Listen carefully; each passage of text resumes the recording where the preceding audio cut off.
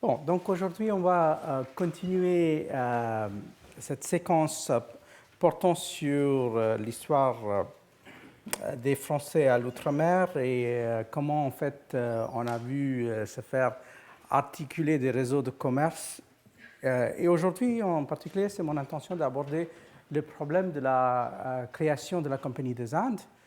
Et pour vous démontrer en effet comment cette compagnie se trouve en quelque sorte au croisement de plusieurs chemins et de destins, dont celui de Legouze de la Boulaye, qui a quand même joué un rôle, même si pas très essentiel, mais néanmoins assez particulier dans la création de cette compagnie. Mais je vais en fait aborder le problème en commençant un peu ailleurs. Et d'ailleurs, en commençant avec une petite histoire de pirate. Donc, ça, c'est un texte publié donc, dans les Pays-Bas en 1663. Et c'est un texte qui décrit la fin d'un procès contre quelqu'un, un pirate, qui autrefois avait travaillé pour les Néerlandais, qui s'appelle Laurens Davidson, et qui, selon le texte, a donc passé du temps à faire ce qu'on appelle ici zeeroverijen en piraterijen. Donc, il a été un voleur sur la mer et un pirate. Et dans ce texte, donc, publié à Dordrecht, on écrit ce qui s'est passé avec M. Davidson, mais aussi avec quelqu'un qui a travaillé pas mal avec lui. Et c'est plutôt cet autre monsieur qui nous concerne plus, et c'est Hubert Hugo. Alors, c'est qui donc monsieur Hugo?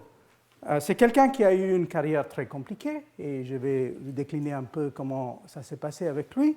Il est donc né en 1618 à Delfshaven, et à l'âge de 21 ans, il a donc pris emploi chez la compagnie néerlandaise, chez la VOC.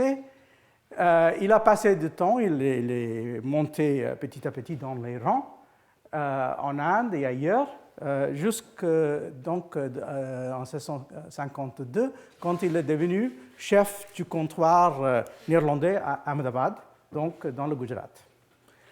Alors, par la suite, apparemment, il est un peu déçu à la fois par les salaires et par la vitesse de sa carrière. Donc, il rentre aux Pays-Bas et à un moment donné, il rencontre donc cet autre monsieur Laurens Davidson, et ils vont se mettre ensemble pour un petit projet, donc, en effet, de piraterie.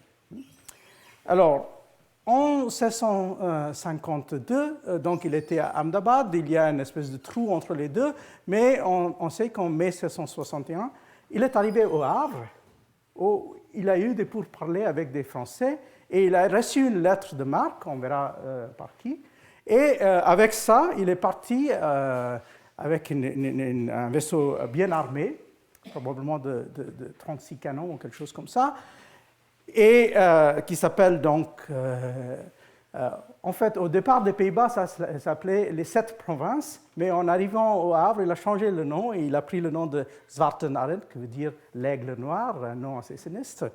Et avec ça, donc fin août 1661, il part du Havre, il arrive à Madagascar janvier 1662, et là, à partir de 1662, pendant un an et un peu plus, il y a énormément de données sur ses activités, essentiellement en mer Rouge, où il a fait une série de dégâts assez énormes. Il a capturé beaucoup de navires, dont le plus spectaculaire était un navire appartenant à la reine-mère du sultanat de Bijapur, donc un sultanat dans l'Inde occidentale. Et ils ont donc fait cette capture. Ils ont donc pris pas mal d'argent qui était normalement envoyé en aumône par ces sultanats à la Mecque. Il a aussi pris des étoffes et d'autres produits. Et voilà, donc, en 1663, il fait le retour en France, mais toujours, comme il est toujours assoiffé d'avoir un peu plus de butin, il passe aussi par les Caraïbes. Il est à Martinique, il est à Saint-Kitts, où il va aussi attaquer d'autres vaisseaux. Et finalement, pour rentrer en France en 1663. 12 juin 1663, on a une lettre écrite par Louis XIV aux seigneurs les États généraux des Provinces unies des Pays-Bas. Donc ça, c'est Louis XIV, en passant par son ambassadeur aux Pays-Bas, le comte d'Estrades. Alors, voilà le contenu de la lettre. Très chers grands amis, alliés et confédérés, nous avons reçu la lettre que vous nous avez écrite le 24 de l'autre mois, par laquelle vous nous suppliez de faire mettre en arrêt par autorité les personnes, les vaisseaux et les biens de ceux qui se trouveront complices des pirateries qu'un vaisseau, et là il y a une petite confusion, nommé Hubrecht Hugo, natif de la ville de Dordrecht, a fait dans la mer Rouge. À ce qu'on vous a donné à entendre sous le pavillon de pavillons différents de plusieurs rois et États de l'Europe, sur quoi nous vous dirons que cette affaire étant la même du capitaine Laurence David, dont le sieur comte d'Estrades, notre ambassadeur extraordinaire, vous a déjà parlé de notre part pour vous faire entendre l'intérêt que nous y avons. Il fait instance même que la personne du dit David nous soit remise comme ayant nommé son vaisseau sous une commission afin qu'il vienne rendre compte à nos amirautés des prises qu'il a faites en son voyage. Alors donc, en effet, là, il y a le roi de France qui est en train, en quelque sorte, de dire que M. Hugo et son confrère, en fait, ont agi sous pavillon français, et on sait très bien, en fait, comment ça s'est passé, parce que, en effet, c'est l'oncle de Louis XIV, ça c'est donc César de Vendôme, le duc de Vendôme, qui est donc le demi-frère de Louis XIII, qui, à l'époque, a donné une lettre de marque à ces deux messieurs pour aller en mer Rouge et ailleurs dans l'océan Indien faire précisément ces prises. Et on sait très bien qu'en fin de compte, ils sont rentrés en France. Monsieur Laurence David a eu le malheur d'être pris par les Néerlandais, tandis que Monsieur Hugo, lui, est resté sain et sauf au Havre. Et donc, il a en effet fait le partage de ce qu'il a trouvé en océan Indien et en mer Rouge en particulier avec les autorités françaises. On sait également que peu après cette lettre, et le scandale qui a suivi aux Pays-Bas, car les Néerlandais n'étaient pas du tout contents avec cette histoire des gens allant sous pavillon français en océan Indien, parce qu'il y a eu des réactions très fortes, par exemple, contre tous les Européens, car on ne faisait pas tellement la distinction entre une nation européenne et une autre quand il s'agissait de ces questions de piraterie. Donc, par exemple, à Surat, ça fait scandale. Les autorités de Surat sont très, très en colère contre les Européens. Et les gens de Bijapur également. Mais M. Hugo, quant à lui, il se trouve au Havre en 1664 et il écrit une mémoire sur le commerce des Indes pour M. Colbert, où il explique, pas tant l'histoire de la piraterie, mais comment en fait il faut commercer, comment en fait il faut créer un réseau. Et ce texte, qui d'ailleurs pour l'instant n'a jamais été publié pour une raison, on n'a pas l'original en néerlandais, mais la traduction en français. Et alors, dans ce texte, il explique en gros un projet qui est très, très semblable au projet que j'avais décrit auparavant de Beaulieu. C'est-à-dire, c'est un projet basé sur Madagascar et sur les Mascareignes avec des bras en allant vers la mer Rouge, en Inde et ailleurs. Et ça, c'est donc une pièce dans ce grand puzzle, parce que c'est en effet une espèce d'assemblage de puzzle qui va faire, comme on verra, Colbert pour créer cette compagnie. Alors, M. Hugo, quant à lui, finalement, il n'a pas eu un emploi avec les Français. En 1671, il écrit encore une fois, mais cette fois-ci aux Pays-Bas, en expliquant comment il était un spécialiste donc, des Mascareignes, les Néerlandais viennent de reprendre ou prendre sous leur contrôle l'île Maurice, et donc il est nommé chef de l'établissement néerlandais de l'île Maurice, où il va passer 6 ou 7 ans en faisant quelques expériences botaniques, etc. Et finalement, il meurt à Batavia en 1778, ayant passé donc une partie de sa vie avec les Français et une partie de sa vie donc avec les Néerlandais. Et ça, on verra que c'est assez typique, cette espèce de passage entre différents maîtres et entre différents donc, pavillons. Alors, ce qu'il faut donc garder en tête, c'est qu'il y a, pour repenser cette histoire des projets de Colbert et comment ils ont été conçus, il faut partir d'une idée qui n'est pas vraiment une idée d'un projet français, mais un projet qui se fait avec un visage français, mais en réalité qui est un projet beaucoup plus compliqué. Cette question a été soulevée et discutée un peu dans plusieurs livres avec des visées différentes. Par exemple, le livre que vous voyez ici à gauche par le feu Glenn Joseph Ames est le seul livre d'ailleurs dans les derniers 25 ans qui est directement concerné par la création de la compagnie. Colbert Mercantilism and the French Quest for Asian Trade, où il a utilisé à la fois des sources français et portugais, mais pas tant les sources néerlandaises. Là, vous avez le traitement classique de M. Daniel Dessert, Le Royaume de M. Colbert, où il traite toutes ces questions dont il est spécialiste, les questions de finances, ce qu'il appelle, lui, le lobby Colbert, la famille de Colbert, comment en fait ils ont, dans les années 60 et 1770, sont emparés en grande partie des finances, des hautes finances en tout cas. Et là, le dernier de ces livres qui vient de sortir, qui est une tentative par un historien américain, Jacob Soll, de traiter tout cela sous le plan essentiellement de la question de l'histoire de l'information. Donc là, en voyant comment c'est une espèce de... il y a beaucoup d'études récentes qui ont pris ça, qui est d'ailleurs un peu influencé, moi je dirais, par les études de l'informatique, c'est-à-dire regarder ces systèmes et ces royaumes comme des systèmes d'information, et des réseaux d'information soit centralisés, soit pas centralisés. Donc là, c'est son point de vue, et à la fois, donc, il s'intéresse par l'espionnage, mais aussi par les réseaux personnels que Colbert avait donc, mis en place et sur lesquels il a basé ses projets différents. Mais alors, malgré l'existence de ces livres, je crois qu'il y a encore du travail à faire sur les complexités pour démêler un peu les difficultés et surtout pour démêler, pour arriver à comprendre pourquoi en fait la compagnie française a eu une naissance si difficile. Parce qu'on verra que pas seulement les Français ont vraiment peiné à créer une compagnie pendant toute la première moitié du XVIIe siècle, mais même avec ce projet de Colbert, en fait, ça a pris quelques décennies pour se mettre sur pied, et on verra que ça a à voir justement avec cette complexité et cet aspect assez divers de la composition de la compagnie.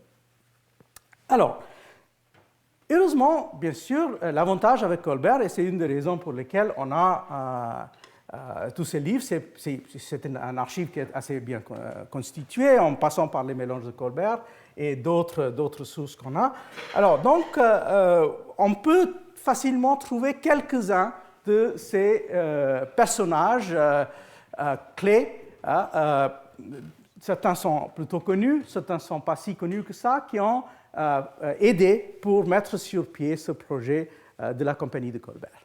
Alors, on connaît bien sûr ce monsieur-là, Monsieur Legousse de la Boleyque. On sait qu'il a donc écrit son récit de voyage, une fois publié en 1653, deuxième fois en 1657, qu'il fréquentait la cour. Il a même reçu un poste comme dans les eaux et forêts de l'Anjou.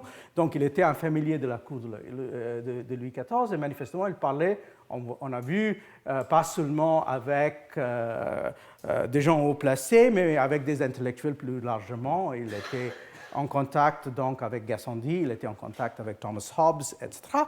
Mais à part lui, en fait, il y a d'autres personnages un peu plus obscurs qui ont aussi joué un rôle.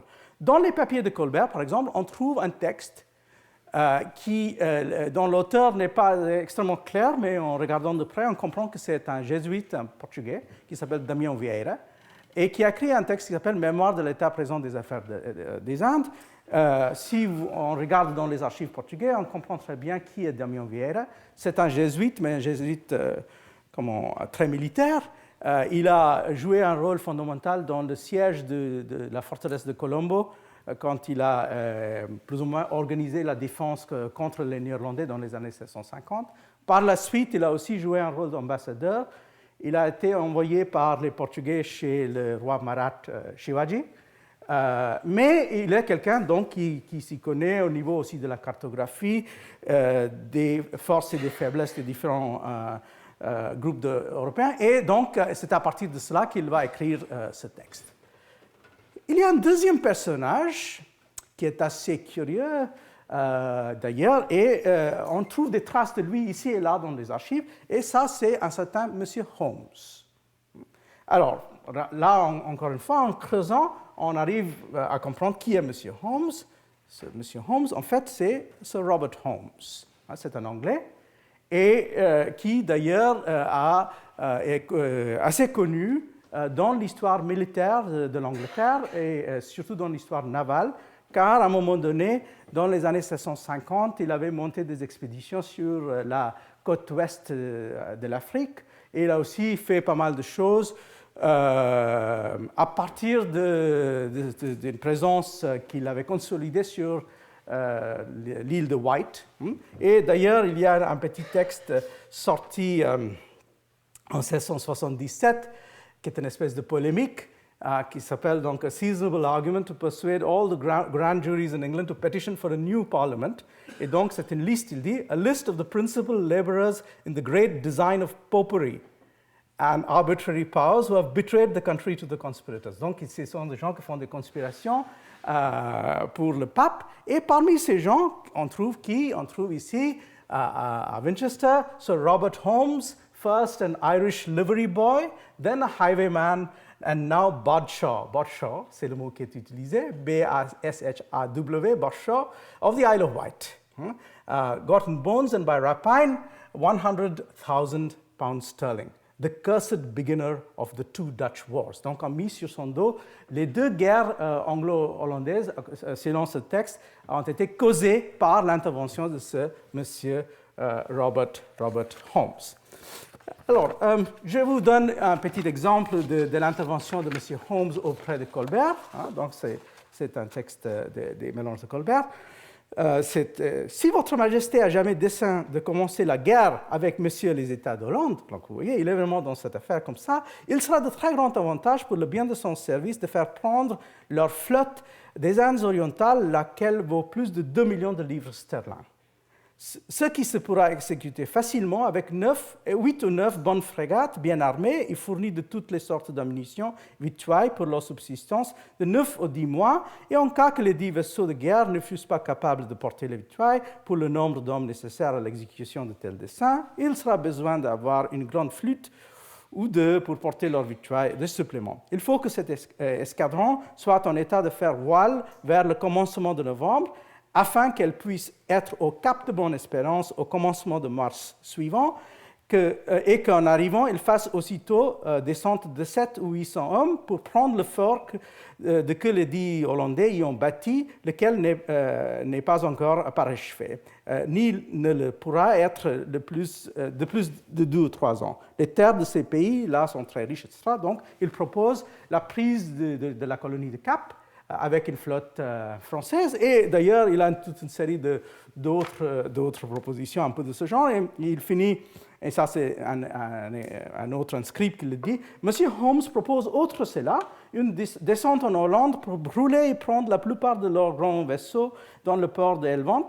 Il dit qu'il n'est défendu que par des batteries sur le bord de la mer, sans aucun fort ni redoute, et que 2000 hommes suffiront pour mettre pied à terre avec des barques longues et bâtiments plats que l'on moyennera exprès, et qu'après avoir chassé les gens des batteries, on entrevoit sans péril les grands vaisseaux et les brûla dans le port. Donc, M. Holmes, qui est aussi quelqu'un qui a ses propres idées, des idées donc plutôt d'un affrontement très direct avec les Néerlandais, à la fois dans le cadre de l'océan Indien, les retours flotten, les flottes de retour, et aussi même cette idée d'aller attaquer directement les Néerlandais chez eux. Donc ça, c'est un autre personnage. Mais il y a aussi, bien sûr, d'autres dont il faut parler, qui sont des gens essentiels dans cette affaire. Et c'est surtout le personnage de François Caron sur lequel il faut s'arrêter un peu. Alors, là, vous voyez encore qu'on est dans un cadre très compliqué et pas du tout nettement hexagonal ou français. Alors, qui est François Caron? C'est quelqu'un qui est né donc à Bruxelles, d'une famille huguenot-français. À l'âge de 18 ou 19 ans, il est employé par la compagnie néerlandaise comme aide-cuisinier. Et il va aller donc au Japon, et ça c'est vraiment plutôt au début du commerce néerlandais avec le Japon, donc ça c'est avant la création de l'île artificielle de Deshima, etc. Et il est là, et il est très impliqué dans cette affaire sur laquelle je vais revenir brièvement, c'est cette fameuse affaire de Peter Nautz, qui est une histoire très dramatique, mais qui a démontré en quelque sorte les difficultés de traiter avec les Japonais comme s'ils étaient n'importe quel pouvoir dans le cadre asiatique. Alors, par la suite, il passe du temps, presque 11 ans, entre le Japon et Batavia. Et en 1641, donc, il va retourner aux Pays-Bas pour voir s'il peut encore avancer dans le cadre de la compagnie. Il arrive à avoir une position. Il retourne à Batavia en 1643. D'ailleurs, entre-temps, il s'est marié avec une femme japonaise. En tout cas, il a une compagne japonaise. Il a 5 ou 6 enfants avec elle. Et donc, il a aussi la question de ses enfants à gérer et à régler. Alors, en 1643-44, il est parti en campagne contre les Portugais au Ceylan. Qui sait s'il avait même eu l'occasion de lutter contre le père Damião Vieira. En tout cas, par la suite, il est disgracé parce qu'il est lié avec un gouverneur, Cornelis van der Leyen, qui a des problèmes sur des aspects de sa gestion financière. Il est renvoyé donc aux Pays-Bas. Et là, il va disparaître pendant un certain temps, sauf qu'en 1664, le même comte d'Estrades va rentrer en contact avec Caron pour demander si jamais il a envie de revenir travailler pour les Français dans le cadre de la compagnie française. Et là, on verra comment ça va marcher pour lui, mais juste pour vous donner une petite idée rapide tout de suite. Donc, il part de La Rochelle en 1666, il arrive en 1668 à Surat, il va rester donc à peu près 5 ans, 4 ans et demi, et sur son retour, il est obligé plus ou moins de retourner parce qu'on soupçonne qu'il a fait des choses qu'il ne fallait pas. Il va détourner son navire parce qu'il n'a pas envie de rentrer en France, et en essayant de rentrer dans l'embouchure du Tage, il fait naufrage et il est mort, donc noyé, en avril 1673. Mais alors, revenons juste un peu rapidement sur Caron. Donc, Caron, c'est quelqu'un qui est un grand connaisseur du Japon, qui a écrit ce texte, qui est publié en 1636, donc Rechtsbeschrijvingen van het Koninkrijk van Japan, et alors dans lequel il nous livre une description, par exemple, sur la grandeur du Japon, etc. Donc vous voyez que c'est quelqu'un qui avait beaucoup avant Engelbert Kempfer, sur lequel on avait parlé il y a quelques mois, qui a participé dans la mise en place d'une certaine image du Japon. Alors, on sait pas mal de choses sur Caron et sa carrière japonaise. Entre autres, il a aussi tenu un journal pendant un certain temps. Mais il est surtout connu pour cette histoire que je viens de vous décrire de Peter Nautz. Peter Nautz, donc, c'est un Hollandais extrêmement agressif qui a eu la mauvaise idée de rentrer en conflit avec le shogunat à la fin des années 1620. Il a donc pris et arrêté quelques navires japonais au Taïwan. Et le shogunat était tellement furieux avec lui qu'ils ont demandé au Conseil de Batavia de le rendre pour être puni au Japon. Et les Néerlandais avaient tellement envie de ce commerce du Japon qu'ils l'ont rendu. Et donc, ce monsieur, qui était assez haut placé dans la hiérarchie de la compagnie, a purgé 4 ans de peine dans une espèce de... bon, c'était pas très, très pénible parce que c'était plus ou moins une situation de luxe, mais il a passé 4 ans au Japon, enfermé. Et pour démontrer son mépris pour les Japonais, en fait, ce qu'il a fait, c'était d'amener des livres en latin et faire écrire des commentaires sur ces livres en latin et sans prêter la moindre attention aux Japonais. Donc, il est resté au Japon 4 ans sans dire un mot sur les Japonais et il s'est contenté de faire des commentaires sur les textes en latin de l'époque médiévale, donc pour dire en quelque sorte qu'il était complètement indifférent à cette question d'être emprisonné par les Japonais. Mais c'était une grande leçon pour les Néerlandais qui ont compris qu'il ne fallait pas jouer avec les Japonais comme ça en faisant arrêter leurs navires et des choses comme ça, car on pouvait payer très cher ce genre de jeu. Alors, c'est intéressant aussi parce que dans cette affaire, Caron était l'interprète. C'est lui qui faisait des allers-retours entre la cour japonaise et Batavia. Et c'est intéressant parce qu'on a des lettres diplomatiques dans lesquelles le shogunat dit qu'ils ont entière confiance en Caron. Donc, qu'il est parmi les seuls qui a vraiment une compréhension du Japon et des Japonais, etc. Et ça, c'est plutôt curieux parce qu'on a donc l'impression de quelqu'un qui est un peu à l'opposé de Ned, c'est-à-dire un homme d'une très grande ouverture culturelle, mais comme on verra, une certaine ouverture culturelle dans un certain contexte ne veut pas dire que c'est une ouverture culturelle dans un autre contexte. Et on verra pourquoi. Alors, Caron, pour sa part, donc, nous a aussi livré un texte, qui est un texte qu'il a écrit, donc, qui est encore une fois une mémoire pour Colbert, dans lequel il propose une autre façon de prendre la question du commerce avec l'Asie.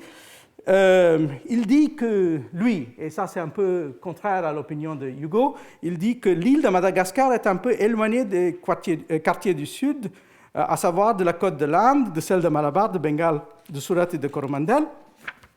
Et donc, il trouve que plutôt que se centrer sur les Mascaréennes et sur Madagascar, il faut trouver une autre place plus propre vers ces quartiers du Sud qu'on pourrait fortifier plus facilement et mieux parce qu'elles seraient de petites étendues. En fait, donc, en quelque sorte, sans trop forcer les traits, on peut dire que Caron serait déjà un peu le maître à penser d'un projet plutôt de genre Pondichéry. Donc, plutôt qu'un emplacement vers le sud, il serait plutôt en faveur de quelque chose qui serait sur le sous-continent indien, en tout cas plus au nord et plus au centre de l'océan Indien et pas dans cette espèce d'emplacement ex-centré. Mais alors, donc, Caron, lui, apparemment, en traitant avec le comte d'Estrades, ensuite en traitant avec Colbert, il a l'impression que c'est lui le meneur de jeu. C'est lui qui va, en quelque sorte, organiser toutes ces choses. C'est lui, après tout, qui a une grande expérience de l'océan Indien, qui a été, bien sûr, plus dans la partie orientale de l'Asie, mais néanmoins qui a joué un rôle important. Mais alors là, il faut juste s'arrêter un instant pour revenir sur ce qui se passe derrière tout ça. C'est-à-dire, vous voyez qu'il y a Colbert qui est en train de jouer, à mettre en place toutes les pièces. Il a M. Vieira qui lui donne un peu la géographie politique de l'Inde. Il y a M. Holmes qui a une espèce de stratégie navale. Il y a donc M. Caron qui est censé être spécialiste du commerce des Indes. Et là, finalement, Colbert va jouer ça d'une autre façon, c'est-à-dire il va demander à un académicien, François Charpentier, d'écrire un texte un texte qui s'appelle Discours d'un fidèle sujet du roi, touchant l'établissement d'une compagnie française pour le commerce des Indes orientales, en 1664, dans lequel, donc, Charpentier, et c'est évident qu'il n'est que la plume, hein, parce que les idées viennent certainement de derrière, viennent de Colbert, viennent donc d'autres sources qu'il a été en quelque sorte...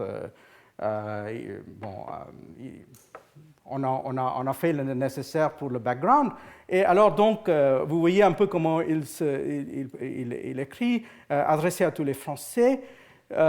S'il est de la grandeur d'un État, que ses peuples s'appliquent aux exercices militaires pour résister aux entreprises des étrangers, il n'est pas moins de son utilité qu'il s'adonne au commerce, pour aller chercher dans les parties du monde les plus éloignées ce qui peut contribuer au bonheur ou à l'ornement de leur pays. Et de fait, cette occupation accomplit toute seule les deux choses que les grands politiques désirent le plus. Je veux dire qu'elle retire les hommes de l'oisiveté. D'ailleurs, là, il y a un écho assez intéressant du texte de François Martin de Vitré au début du XVIIe siècle, de l'oisiveté, les endurcit à la fatigue et en même temps les comble d'honneur et de bien, tellement qu'il manque quelque chose à la prospérité d'un grand royaume quand le commerce ne fleurit pas à l'égal des autres professions et quand les particuliers, par une mollesse dangereuse, néglige la plus noble manière de s'exercer et le plus légitime moyen de s'enrichir. Donc, là, il continue un peu comme ça, c'est pour justifier, c'est pour faire en sorte qu'il y ait un peu d'enthousiasme derrière cette compagnie, mais on sait qu'en réalité, il n'y a pas eu un très, très grand enthousiasme et que Colbert a eu finalement besoin de tordre le cou à un certain nombre de personnes pour avoir l'argent. Donc, c'est-à-dire, il n'y avait pas, c'est pas comme si on était aux Pays-Bas. Si on veut faire la comparaison, d'un côté, on peut mettre, par exemple, la Compagnie des Indes des Pays-Bas ou la Compagnie des Indes en Angleterre, où ils ont été plutôt bien souscrits depuis le départ, surtout aux Pays-Bas.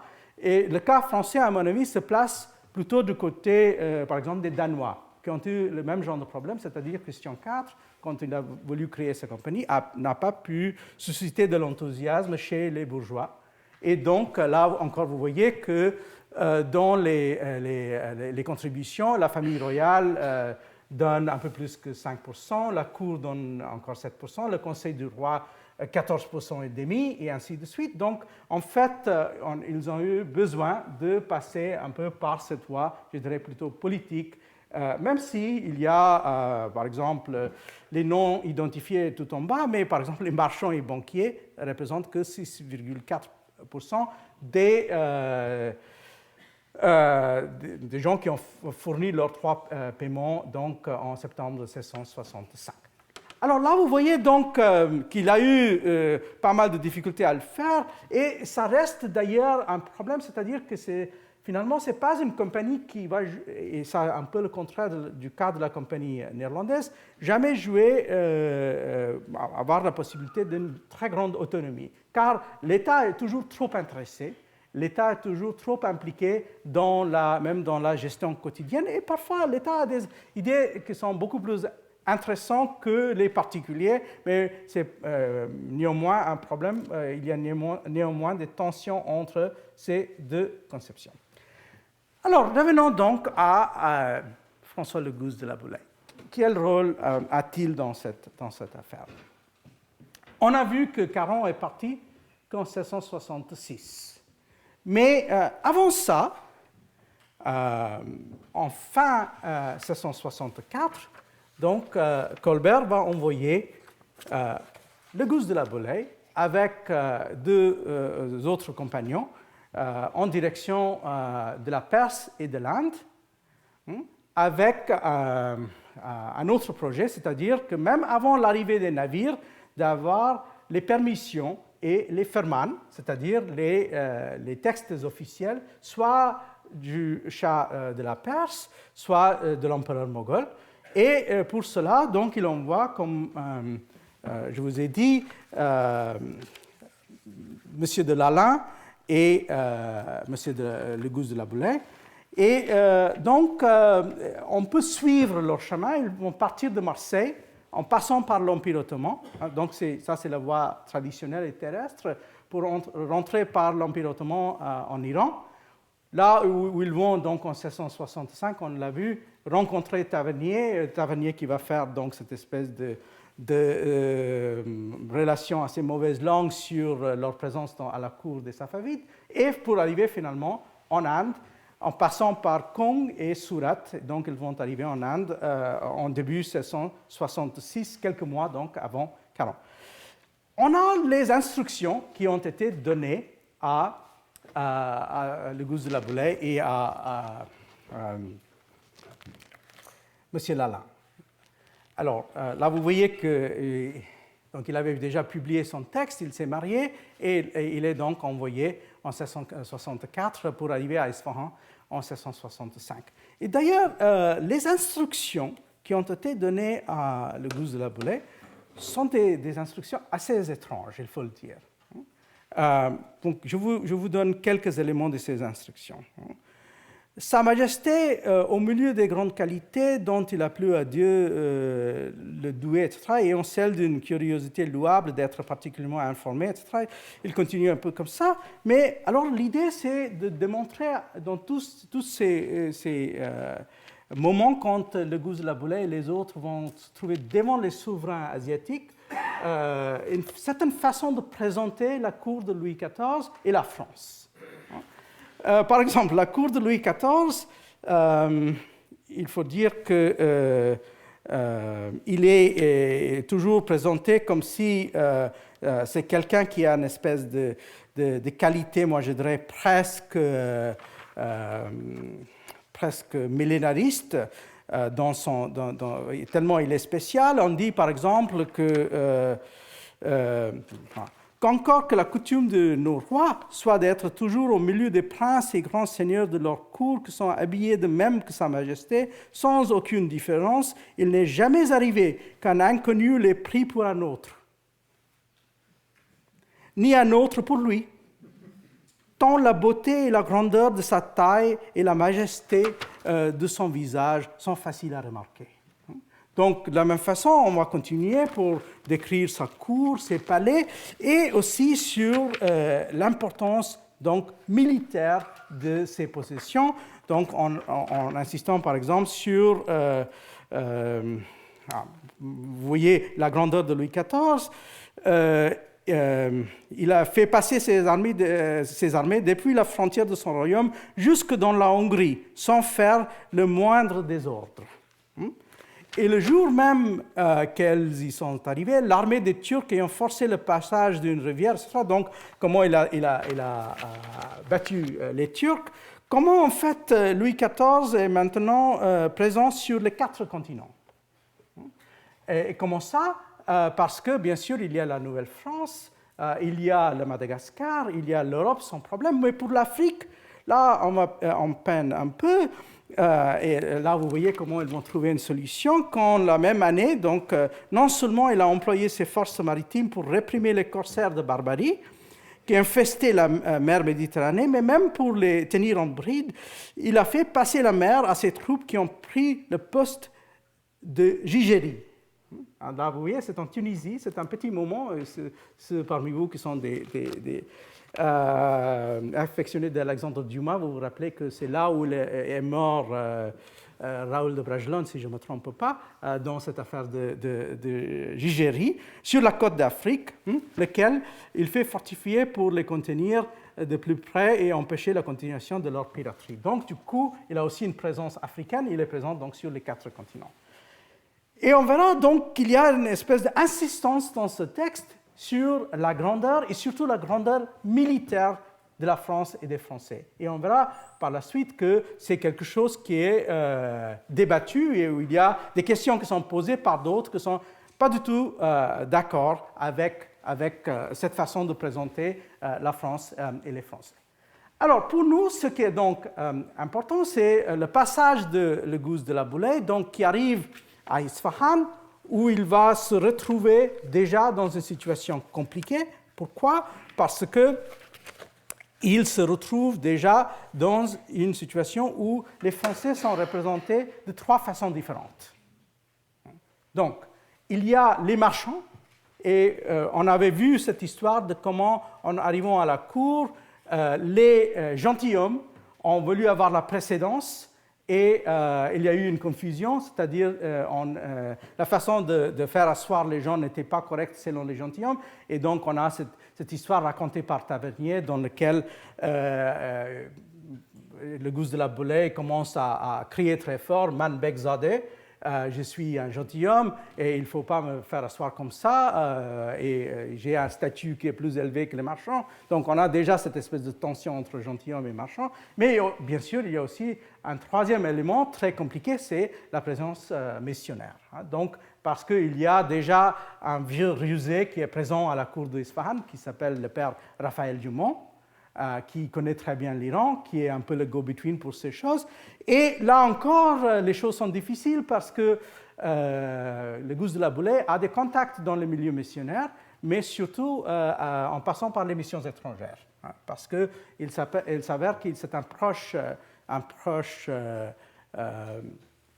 parent de Monseigneur Palu, qui est parmi les gens importants au début des missions étrangères. Et là, il y a donc des tensions. Alors du coup, donc, en arrivant en Iran, on ne peut pas dire qu'ils ont eu un grand succès, même s'il ne faut pas toujours se fier du point de vue de Tavernier.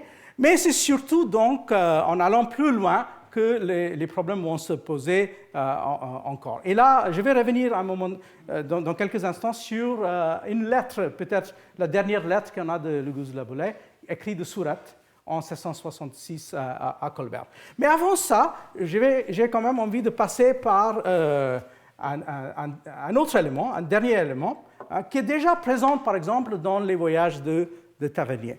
Donc, Tavernier et le Guz de la Boulaye sont connus déjà à l'époque du premier voyage de le Guz de la Boulaye. Donc, si vous regardez le texte des voyages, à la fin de la liste des ouvrages qu'il a consultés, il va dire, le Guz de la Boulaye, qu'on attend toujours avec impatience, plus ou moins, qu'un jour, M. Tavernier prenne le temps de faire une description de ses voyages, etc. Donc, ils sont connus.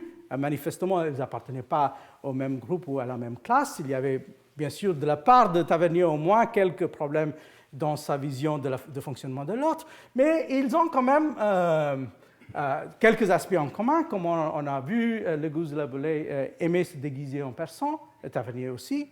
Donc, ils avaient un peu le même goût, la même présentation de soi, et d'ailleurs, Tavernier a terminé sa vie comme espèce d'aristocrate, baron d'Aubonne, mais voilà. Mais l'aspect le plus intéressant, c'est que si on regarde le texte de Tavernier, c'est un texte qui insiste sur les réseaux des autres. Et comment, en effet, pour un voyageur européen, il ne suffit pas de s'appuyer sur les autres Européens et leurs contacts, mais en fait, c'est l'insertion dans les réseaux mercantiles plus généralement qui, pour lui, sont cruciales, surtout pour quelqu'un comme Tavernier, qu'on s'est intéressé beaucoup au commerce des joyaux. En fait, c'était son affaire principale. Et en regardant son texte, on se rend compte que, soit dans le premier texte, soit dans ce deuxième texte où il y a la relation portant sur le deuxième voyage de le Guz de la Boulaye, un élément qui ressort très très fort, qui est aussi mentionné maintes fois par un autre voyageur de l'époque, qui est Jean Chardin, que vous voyez ici, c'est le fait que si on est dans un port comme Surat, si on est dans un port comme Bandar Abbas, partout où on est dans l'océan Indien, la meilleure façon de faire, c'est donc de passer par les Arméniens. Donc ça, c'est quelque chose qui est une espèce de donnée très très présente dans tous ces écrits.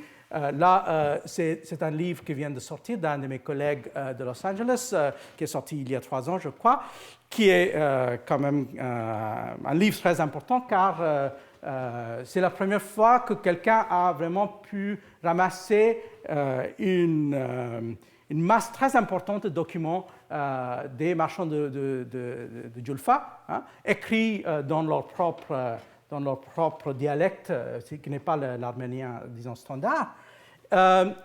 On sait qu'il y avait auparavant des textes qu'on avait déjà remarqués, par exemple, pendant très très longtemps. C'est cet article publié dans les Annales par le historien arménien Levon Khachikian, qui avait été au centre de toute discussion des Arméniens, parce que M. Khachikian a pu trouver et interpréter le journal de voyage d'un certain marchand qui s'appelle Hovhannes Yugayetsi, et qui avait donc fait ce voyage en Inde, en Perse, jusqu'à Lhasa. Donc ça, c'est un itinéraire assez important. Bien sûr, on avait aussi pas mal d'autres données, comme par exemple, il y a pas mal de tombeaux et de pierres tombales des Arméniens. Ça, c'est une pierre tombale qui est à Chinsura, dans le Bengale, et en bas, en portugais, on trouve écrit ici quelque part, Aqui jaz João Marcos Arménio. Ici dort João Marcos arménien. Et ça, c'est assez commun parce que les Arméniens souvent aussi prenaient d'autres noms. Ils prenaient des noms persans, ils prenaient des noms portugais. C'était parfois des traductions, donc João étant Hovhannes, mais il y avait aussi parfois des noms qui étaient un peu écartés de leur nom original. Mais l'intéressant, c'est que maintenant, à partir surtout des travaux de M. Aslanian, que je viens de citer, on peut reconstituer donc les réseaux très importants, très épais, entre l'Inde, l'Asie du Sud-Est, mais aussi en passant par l'Iran, par donc à la fois la Russie et Amsterdam, etc. Mais dans cette carte-là, il y a une chose qui manque, c'est-à-dire il y a aussi un aspect français et parisien, car pendant le XVIIe siècle, les Arméniens commencent à être présents à la fois à Paris, mais surtout à Marseille, à partir de Livourne. Et Colbert, donc, et ça c'est la dernière pièce manquante, aussi se mettre en contact avec les Arméniens, en pensant que donc qu'on aurait l'anglais qui donne des avis militaires et navals, il y a le portugais qui raconte la géographie de l'Inde, il y a le bruxellois qui va gérer les choses d'une certaine façon, il y a le gentilhomme qui est là pour traiter les questions de la diplomatie comme il faut, mais il y a aussi donc cette présence des Arméniens à l'intérieur de l'affaire. Alors, bien sûr, ça nous fait remonter jusqu'au XVIe siècle, quand on commence à voir assez clairement les Arméniens comme un élément important dans le commerce de la Méditerranée. Ça, c'est le récit de voyage de Nicolas de Nicolet, dans lequel il nous fait une belle description donc, du commerce arménien, et ça, c'est censé être donc un marchand arménien. Surtout dans le cadre de l'Empire ottoman. Ça, on est au milieu, deuxième moitié donc, du XVIe siècle. Mais il y a donc par la suite un changement très important qui s'est produit, et là, je reprends un texte du XVIIIe siècle qui raconte un peu la légende dorée de la transformation du réseau arménien, mais en fait, c'est une légende assez dorée parce que les choses se sont passées d'une façon un peu différente par rapport à ça. Alors, selon ce texte-là, qui est une espèce d'histoire universelle du XVIIIe siècle, on nous dit que à l'époque de Shah Abbas, roi de Perse, donc entre 1587 et 1629, donc à la fin du XVIe siècle, Shah Abbas confia une quantité considérable de soie au fils d'un riche marchand d'Isfahan. Il l'envoya à Venise.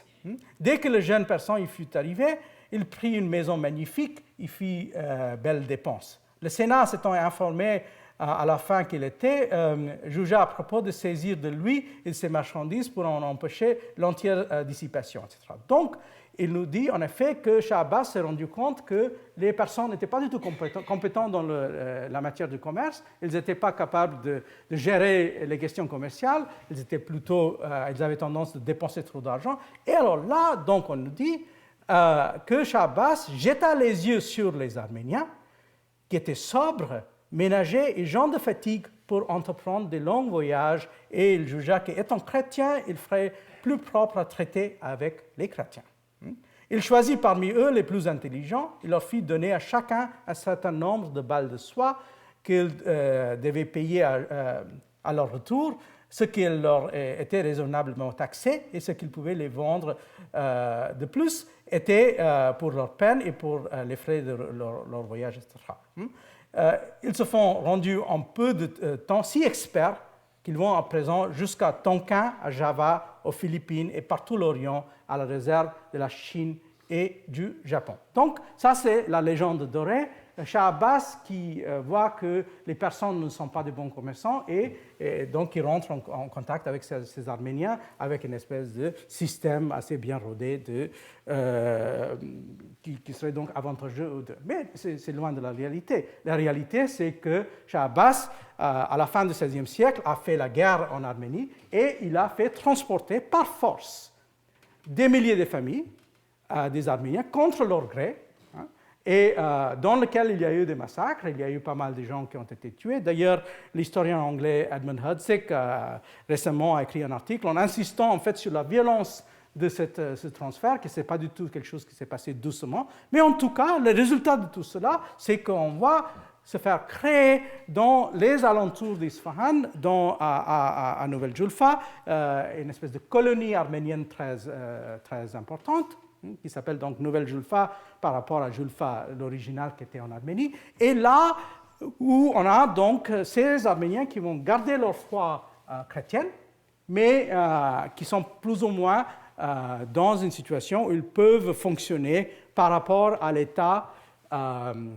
iranien et safavide. Il y a un certain nombre de ces Arméniens, d'ailleurs, qui soit se sont convertis à l'islam, ou soit autrement, sont rentrés même dans l'appareil de l'État. Mais il y en a d'autres qui sont restés chrétiens, mais qui ont quand même eu cette possibilité de commercer à très large échelle, comme on a vu, d'un côté en allant jusqu'à Astrakhan et à Amsterdam, à Livourne, etc., et de l'autre côté, donc finalement jusqu'à Manille et à Macao à la fin du XVIIe siècle. Alors, donc, c'est qui parmi ces Arméniens qui Colbert va choisir? C'est quelqu'un qui s'appelle donc Martin Markara Avachins ou Avanchins. C'est un marchand arménien dont Colbert a entendu parler. Il a l'impression que c'est quelqu'un qui a une bonne réputation. Et donc, du coup, il va rentrer en contact avec lui. Et son idée, donc, c'est d'envoyer Markara dans un espèce de duo avec Caron. L'idée étant que Caron a son savoir, mais le problème avec le savoir de Caron, c'est d'un côté que c'est basé sur l'Asie orientale, en grande partie. Donc, Caron n'a pas une connaissance qui est tellement forte sur le monde islamique. Et de l'autre côté, le problème avec Caron, c'est qu'il a une connaissance qui fait un peu datée, parce que ça fait un petit moment qu'il n'a pas été en Asie. Et l'avantage avec Markara, c'est censé être les trois choses suivantes. Premièrement, Markara est persophone. Donc, il peut parler persan, il peut se débrouiller en persan dans toutes les situations où il faut, sans avoir besoin d'un autre intermédiaire. Deuxième chose, qu'il a ses propres réseaux de finances. Donc, il peut aussi trouver à financer les choses sur place si jamais il le faut. Et la troisième chose, bien sûr, avec Markara, c'est qu'il a fait ce voyage assez souvent, donc il a aussi une connaissance assez actualisée de la situation en Inde. Mais on sait que cette idée, qui a l'air d'être assez idéale, partage entre Markara, qui est nommé plutôt... donc il y a Caron qui est directeur général de la compagnie, et Markara qui est directeur des comptoirs. Donc c'est un peu leur rapport. Mais on sait que, en fait, les choses vont tourner en vinaigre tout de suite. Markara et Caron ne s'entendent absolument pas. Et le résultat de ça, c'est qu'on a toute une série de documents, des documents d'ailleurs très utiles, parce que Markara va finalement passer d'une situation où il va commencer à avoir des petits problèmes avec Caron. Et une fois arrivé à Surat, ces petits problèmes deviennent des gros problèmes. Caron l'accuse de faire un jeu compliqué derrière le dos de la compagnie. Et surtout, il y a ce problème où l'avantage est devenu un désavantage, c'est-à-dire que les Français, et surtout Caron, a l'impression qu'il est face à quelqu'un qui n'est pas fiable et qui dit des choses en personne que lui, il n'arrive pas à comprendre. Donc, il a l'impression que quand on se met dans des pourparlers avec les gouverneurs, Caron dit une chose, Marcara dit quelque chose, mais on ne sait pas s'il dit la même chose ou non. Donc, du coup, les rapports entre les deux hommes deviennent de plus en plus violents. À un moment donné, il y a un moment très curieux quand la flotte française passe devant un comptoir néerlandais. Et les Néerlandais, dans ce comptoir, qui ont connu Caron dans le temps, vont venir saluer Caron. Et Caron, parce qu'il a honte d'être associé avec l'Arménien, va cacher Marcara à l'intérieur du bateau parce qu'il n'a pas envie de démontrer qu'il est plus ou moins un partenaire de cet Arménien qu'il manifestement il trouve comme un être inférieur. Donc vous voyez que ça c'est assez typique peut-être, mais en tout cas, vous voyez que Caron, qui avait des rapports qui étaient tellement positifs avec les Japonais, qui avait des enfants qui étaient à moitié japonaises, qui avait donc cette réputation venant de ses expériences dans l'Asie orientale d'être quelqu'un qui était ouvert à toutes sortes de choses de ce genre. Alors, passer à une autre situation et passer à un autre rapport avec une autre communauté se montre incapable donc d'être à la hauteur des choses. Alors, donc, du coup, il va commencer à mettre des doutes sur les origines de Marcara même. Donc, Marcara, par exemple, dans son texte, est obligé de dire le sieur Marcara Avanchin, est natif de la ville d'Isfahan, capitale de Perse, et issu d'une des plus considérables et des plus anciennes maisons que Shah Abbas, surnommé le Grand, roi de Perse, transféra sur la fin du siècle précédent de l'Arménie majeure à Isfahan, capitale de Perse. Et suivant l'ancien usage de ce pays et la pratique de ceux de sa nation, il s'est occupé au plus considérable négoce des Indes orientales. Et cette occupation lui est d'autant plus avantageuse que, sans exception, toute la noblesse de Perse, d'Arménie et même de toute l'Asie sont marchands et font commerce, sans que cela leur soit imputé à aucune dérangeance. Donc, il y a le jeu qui se joue encore, c'est-à-dire, s'il est marchand, comment peut-il se présenter comme noble, tandis que, alors là, Marcara va présenter ça comme faisant partie de notre sociologie, c'est-à-dire des sociétés où les lignes de différence entre nobles et commerçants ne sont pas du tout les mêmes qu'en Occident. Mais finalement, c'est Caron qui gagne au moins au départ, donc il va mettre Marcara en fer et il le renvoie dans un bateau en France en l'accusant de toutes sortes de trahisons, etc. Et Marcara d'ailleurs va passer un voyage très compliqué de plusieurs années parce que je crois qu'il va faire le chemin par l'Atlantique, il va à un moment donné même s'arrêter au Brésil et finalement il rentre avec, ayant passé ce moment extrêmement pénible et faire procès donc contre la compagnie. Et à partir de ce moment-là, les rapports entre compagnie et Arméniens vont se gâter. Et d'ailleurs, les Français ne vont jamais pouvoir remettre les rapports avec les Arméniens dans le cadre de la Compagnie des Indes sur le même pied qu'ils avaient songé au départ. Alors, donc, dernière pièce, c'est M. Bernier, qui, lui, est déjà à la cour moghole.